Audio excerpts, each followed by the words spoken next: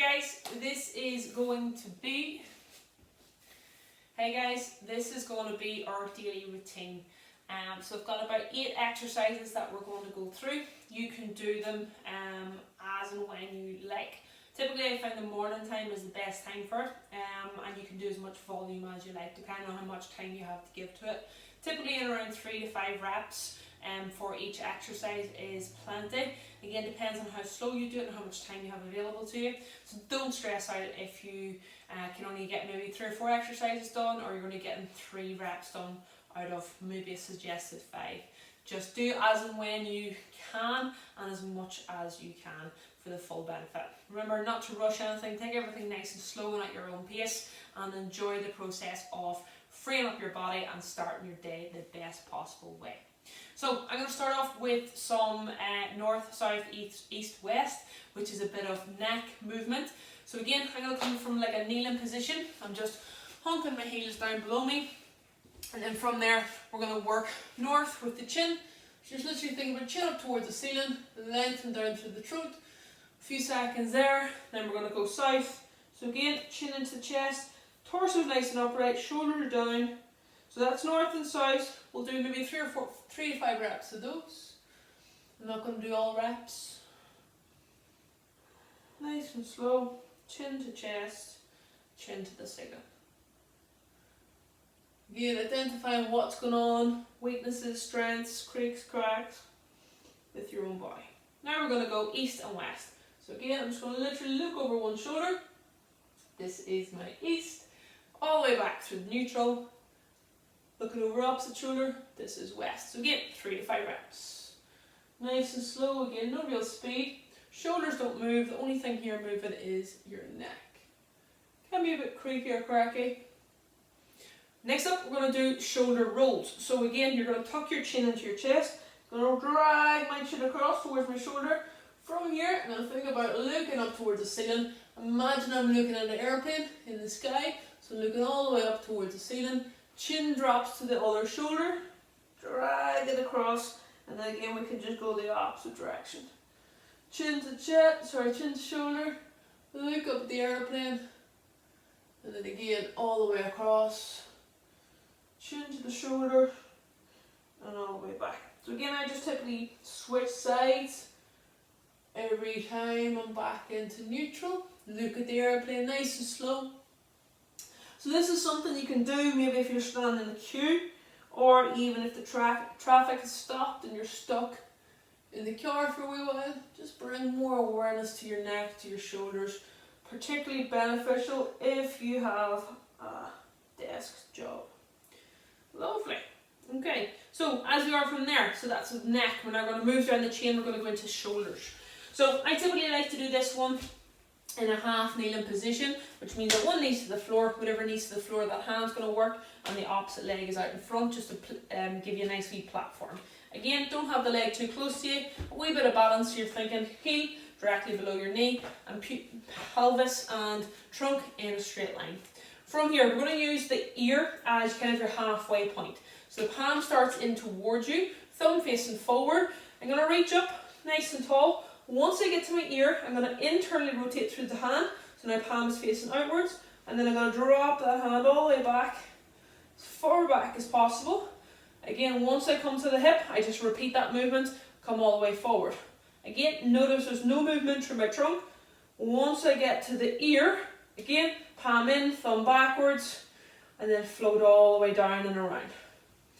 Okay, so I'm just going to turn face on. So once we do this nice and slow, once you get to the shoulder, externally rotate.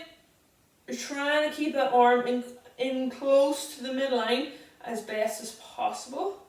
And what I mean by that is you're not rotating through the trunk. Okay? So again, once you get to the hip, keep it in close to the midline. All the way up to the shoulder, past the ear, and then again, we come all the way back down around. Just going to do one more. Again, nice and controlled. Once you get to the ear, internally rotate, my hands out of view there, palm facing outwards, and come all the way back, down and around, palm out, and all the way up. So again, working internal and external rotation of the arm. Should be quite gritty, will be quite challenging. Remember, move it nice and slow and take your time with that process. Obviously we're doing both sides there as well. So from here then, we're going to come into all four position. We're going to work through a cat-cow. So from here, knees are directly below the hips, palms of the hands directly below the shoulders, and your spine is in neutral.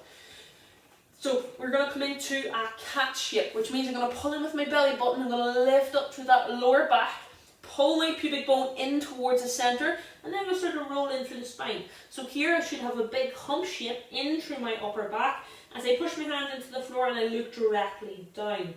Then, to come into your cow shape, you're going to think about slowly lowering down through the chest and then begin to tuck back and out with your tailbone as if you want to touch your tailbone off the wall behind you.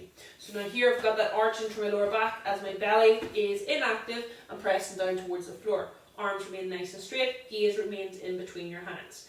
So again, follow that through, lift up through your belly button only, lift through the lower back, press out through the mid-back, press in through the hands, you're separating through the shoulders, pull your pubic bone, your belly button in towards your midline as tight as you can, squeeze in with the glutes, and then again, slowly begin to lower, and then we begin to tuck out with your tailbone.